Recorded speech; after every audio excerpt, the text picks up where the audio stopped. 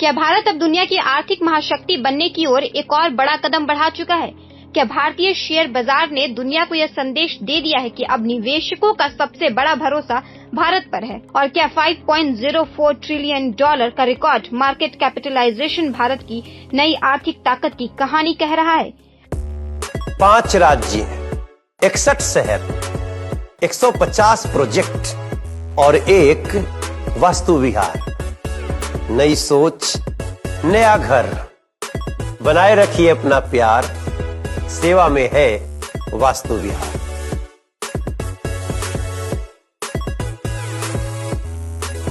आज की शुरुआत एक ऐसी खबर से जिस पर सिर्फ भारत ही नहीं बल्कि पूरी दुनिया की नजर है, क्योंकि भारत ने वैश्विक अर्थव्यवस्था में एक और बड़ी उपलब्धि अपने नाम कर ली है। भारत एक बार फिर दुनिया का 5वां सबसे बड़ा स्टॉक मार्केट बन गया है। जी हाँ, ताजा आंकड़ों के अनुसार भारतीय शेयर बाजार का कुल मार्केट कैपिटलाइजेशन 5.04 ट्रिलियन डॉलर के रिकॉर्ड स्तर पर पहुंच गया है। भारतीय मुद्रा में बात करें तो यह करीब 420 लाख करोड़ रुपए से भी ज्यादा की संपत्ति के बराबर है। यह सिर्फ एक आंकड़ा नहीं है, बल्कि यह पूरी दुनिया को यह बताने वाला संकेत है कि आज भारत पर निवेशकों का भरोसा पहले से कहीं ज्यादा मजबूत हो चुका है। कुछ महीने पहले तक भारत इस रैंकिंग में नीचे खिसक गया था, लेकिन जून 2026 के आखिर तक तस्वीर पूरी तरह बदल गई। भारतीय शेयर बाजार में लगातार तेजी देखने को मिली। विदेशी निवेशकों ने फिर से भारतीय बाजार में पैसा लगाना शुरू किया। कई बड़ी भारतीय कंपनियों के शेयरों में मजबूती आई और बाजार का कुल मूल्य तेजी से बढ़ता चला गया। इसी का नतीजा है कि भारत ने पहले दक्षिण कोरिया को पीछे छोड़ा और अब ताइवान को भी पीछे छोड़ते हुए एक बार फिर दुनिया का 5वां सबसे बड़ा शेयर बाजार बनने का गौरव हासिल कर लिया है।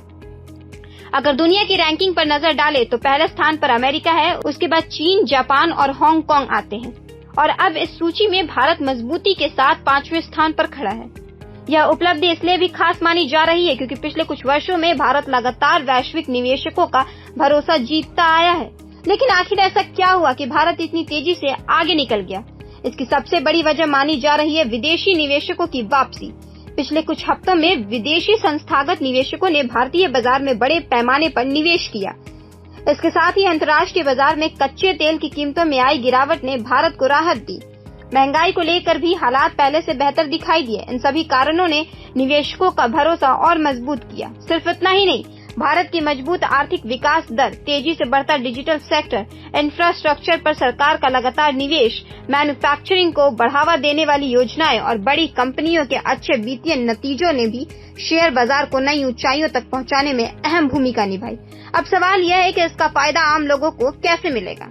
अगर शेयर बाजार मजबूत होता है तो कंपनियों के लिए पैसा जुटाना आसान हो जाता है। इससे नए उद्योग लगते हैं, रोजगार के अवसर बढ़ते हैं, निवेश बढ़ता है और देश की अर्थव्यवस्था को मजबूती मिलती है। जिन लोगों ने म्यूचुअल फंड, SIP या शेयर बाजार में लंबे समय के लिए निवेश किया है, उनके लिए भी यह एक सकारात्मक संकेत माना जा रहा है। हालांकि बाजार एक्सपर्ट्स एक बात पर लगातार जोर दे रहे हैं कि शेयर बाजार हमेशा सीधी रेखा में ऊपर नहीं जाता, इसमें उतार चढ़ाव आते रहते हैं। इसलिए किसी भी निवेशक को केवल तेजी देखकर जल्दबाजी में फैसला नहीं लेना चाहिए। निवेश हमेशा अपनी आर्थिक स्थिति और सही सलाह के आधार पर ही करना चाहिए। 30 जून के कारोबारी स्तर में बाजार में हल्का उतार चढ़ाव जरूर देखने को मिला, लेकिन इसके बावजूद भारत का कुल मार्केट कैपिटलाइजेशन मजबूत बना रहा। यही वजह है कि वैश्विक रैंकिंग में भारत की स्थिति पर कोई बड़ा असर नहीं पड़ा।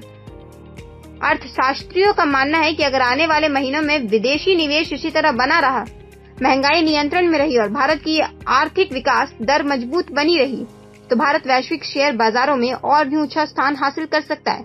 यानी साफ है कि आज भारत सिर्फ दुनिया का सबसे तेजी से बढ़ने वाला बड़ा देश नहीं है, बल्कि दुनिया के सबसे भरोसेमंद निवेश बाजारों में भी अपनी पहचान मजबूत कर चुका है।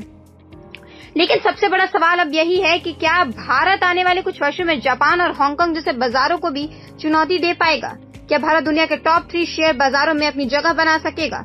और क्या भारत की आर्थिक रफ्तार आने वाले दशक में देश को नई वैश्विक ताकत के रूप में स्थापित करेगी?